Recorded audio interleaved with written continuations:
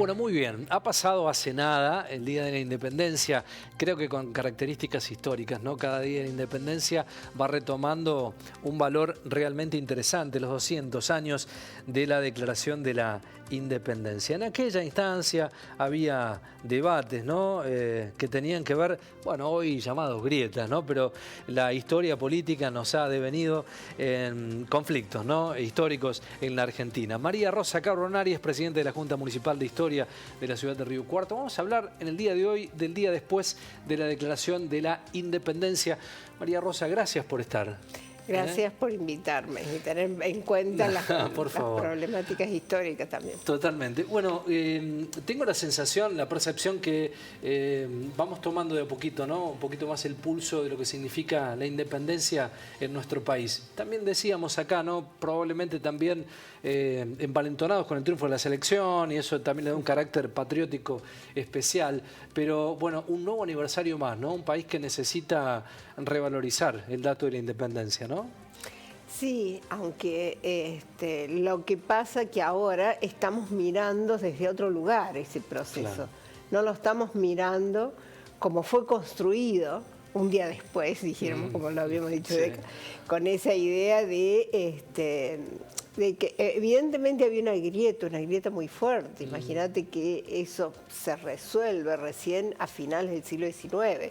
Todo lo que fue de 1817 a lo que podríamos decir 1880 fue un proceso conflictivo, claro, entre que había una grieta entre el interior y Buenos Aires, entre los mismos grupos sociales, y bueno, eso se resuelve posteriormente y después va yendo la construcción de una idea de nacionalidad que se va imponiendo desde Buenos Aires hacia el interior. Claro. Por lo cual anula una grieta, pero queda como subyacente las distintas problemáticas que hay en el interior del país que luego empiezan a aflorar. Claro, claro, la existencia de los puertos y demás.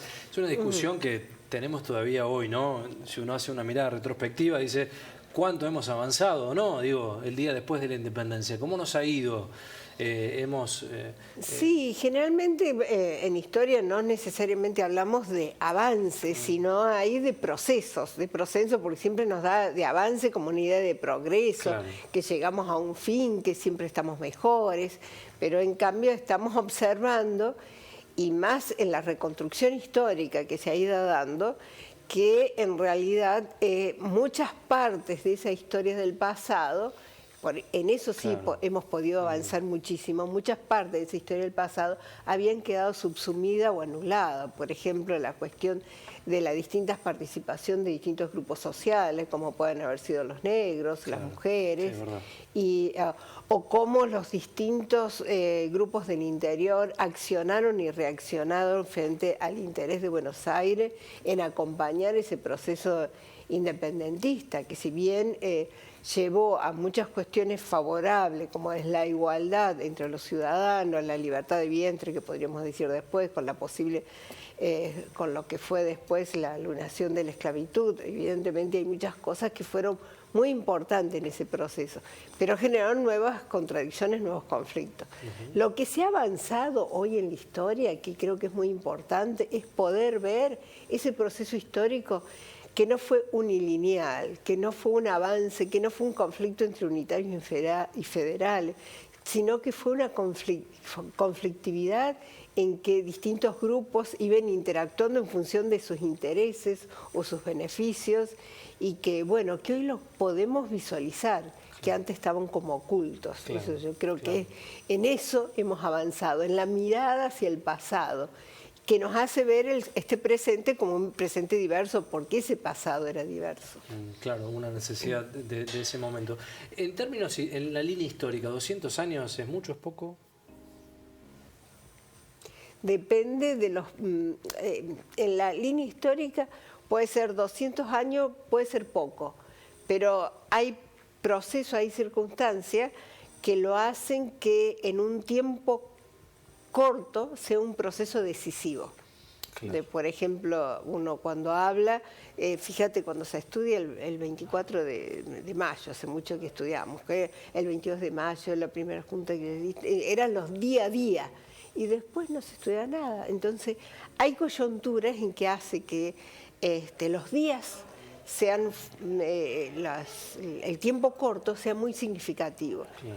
Y hay tiempos que es una larga duración, que los tiempos son lentos en demorarse en cambiar. Entonces, por eso 200 años puede no ser nada o puede ser mucho, depende de la mirada que se tenga. Claro. De los que se consiguió para el proceso de la historia argentina, puede ser mucho la ruptura con un orden colonial, que posteriormente es retomado, porque fíjate que hay otros momentos cuando éramos los enemigos, y hay otro momento que es la madre patria, 1930, como dice, la recuperación de la identidad hispánica, ¿no? Entonces, hay coyunturas que te hacen la ruptura con el otro y hay coyunturas que te hacen la proximidad del otro que estaba tan distante o que en un momento lo tenías como conflicto, como distante. Sí, sí.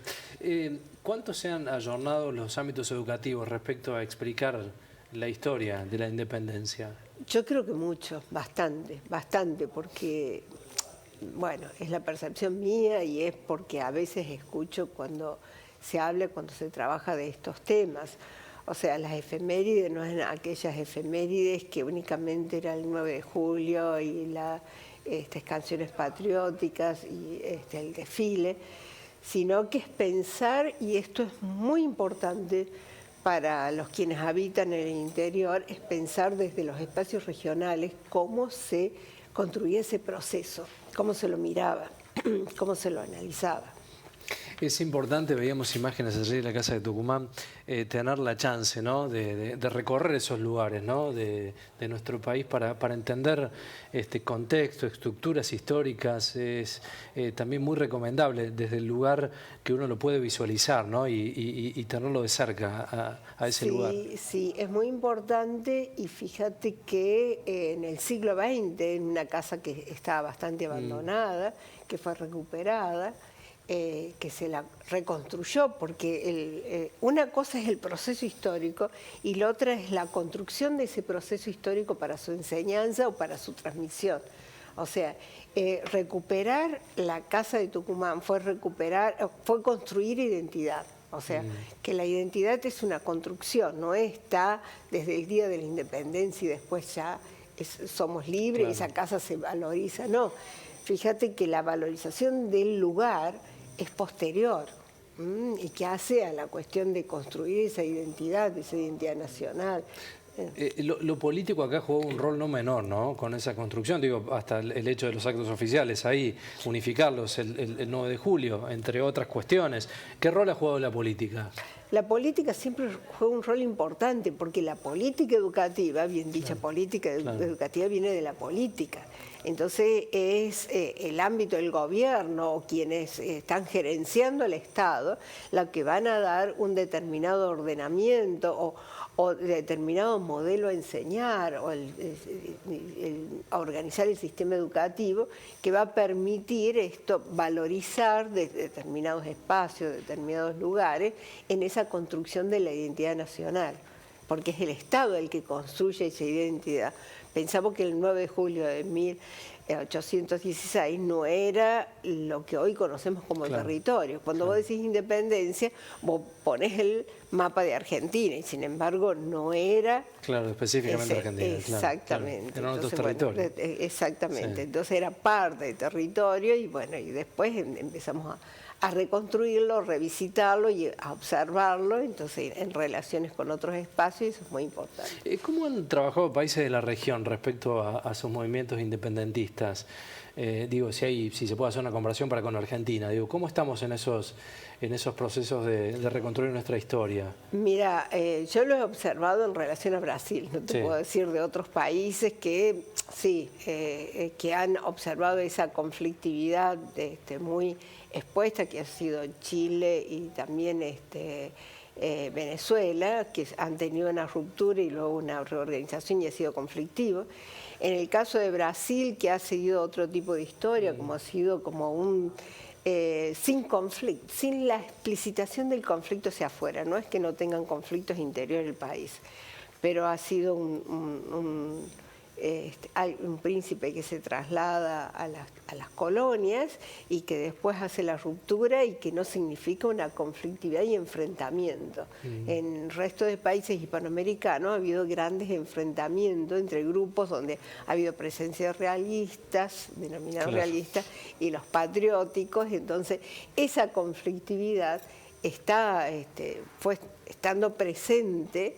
Y bueno, se la ha estudiado, pero después desde el lugar del triunfo, al lugar de la emancipación, de la independencia, sin observar, o ahora sí se está tratando de observar cómo accionaban o reaccionaban los distintos países, los distintos lugares o los lugares del interior. Podemos hacer un comentario de cómo la Villa de la Concepción reaccionó o accionó frente a los acontecimientos, por ejemplo, que no fue de manera espontánea ni fue directa su anexión al proceso independentista.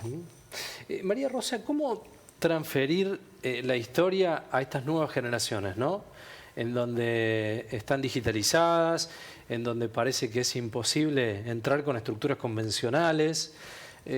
¿Cómo hacer, ¿no?, para transferir esa historia que tiene que ver con una parte súper importante de nuestra cultura y la sensación de un poco interés, daría la idea del contexto histórico? Un gran desafío tiene la educación ahí. Sí, es un gran desafío, pero los docentes están trabajando y mucho, y lo que se está trabajando es desde los espacios donde uno está. Por un lado, o sea, desde las regiones mismas, no ver como algo distante, porque pensá que muchas de nuestras generaciones hemos tenido que aprender casi memorísticamente ese proceso, y no lo veíamos en relación de donde estaba, y no sabíamos por qué en los actos patrios teníamos que actuar de determinada manera. Entonces hoy se trata de vincular esa relación que existe entre ese proceso y el lugar donde habita, y se están incorporando nuevas temáticas que antes no eran observadas y que a los alumnos les interesa, o que a la ciudadanía en general le interesa, como es la cuestión de otros grupos sociales que no estaban presentes en el relato oficial, como puede ser los negros, para decir una manera, aquellos que fueron esclavos, que hoy con asombro muchos chicos te preguntan cómo había esclavos en la Argentina, no solamente los chicos, siempre los mayores también, porque ¿por qué no lo hemos aprendido? La cuestión de la participación de la mujer, entonces eso genera nuevos intereses, entonces genera, porque ves el proceso dentro de la diversidad, no hay una unidad que se está transmitiendo en el contenido histórico. Entonces desde ahí viene el entusiasmo, o sea, el desafío es generar entusiasmo en el alumno de ese proceso que se fue dando hace bastante tiempo, pero qué elementos hoy encontramos de ese pasado ahora. Con este día, después de la declaración de la independencia, creo que todavía estamos en un proceso de construcción, ¿no? Estamos en esa etapa. Sí, no hay momento ideal, me parece, en la historia, digo, uno nunca sabe. Y los que han planteado el fin de la historia siempre se han confundido, porque han creído de una manera y luego han generado nuevos conflictos. Fíjate que Hegel decía que el Estado moderno era el fin de la historia y generaron nuevos conflictos posteriores dentro del Estado. Francis Fukuyama decía que el fin de la historia era el fin del comunismo con el Estado liberal, o sea, con el capitalismo liberal, y luego generaron nuevos conflictos. Así que el fin nunca está, porque siempre es un proceso inacabado en que vamos incorporando nuevos elementos para revisitar el pasado y armarnos para construir el futuro, porque siempre hay una relación. Hoy también no es la cuestión de la temporalidad, no es algo que está ya pasado en el tiempo, sino es una construcción constante que continuamente la estamos actualizando y reactualizando para construir nuestro futuro. Y bueno, cada grupo social, o en este caso cada partido social, tiene una imagen de construir un futuro que genera conflictividades entre los distintos grupos. Bueno, pero ese forma parte de la realidad que estamos viviendo y de la sociedad que queremos vivir, ¿no? Son los distintos proyectos y en buena hora que la democracia permite la construcción de distintos proyectos, ¿no?